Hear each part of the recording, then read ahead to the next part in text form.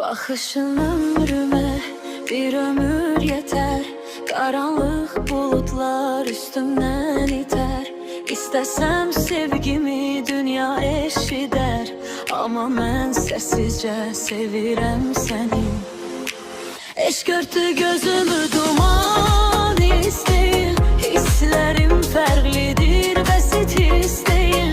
Uğruna ölməkdir bu nəfs deyil, bir bilsən ah necə sevirəm səni. Eşq örtü gözümü duman istəyir, hisslərim fərqlidir, bəsit hiss deyil. Uğruna ölməkdir bu nəfs deyil, bir bilsən ah necə sevirəm səni.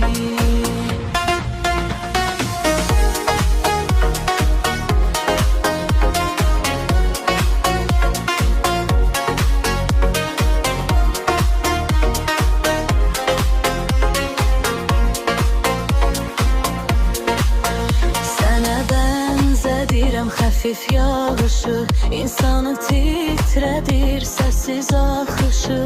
Günəşin doğuşu, ay parlayışı, hər sabah, hər gecə sevirəm səni.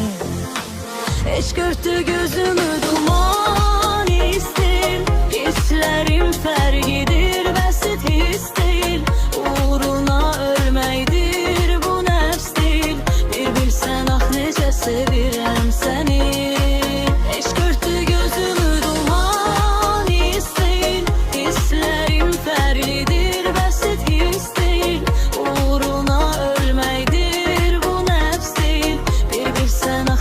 Sevirəm səni. Bu hissi bilməzsən axı sevmədən, anidən baş verir, tapılmır nədən. Sənin də xəbərin yox bu sevgidən. Eşq örtü gözümü duman istəyir, hisslərim fərqlidir, bəsit hiss deyil.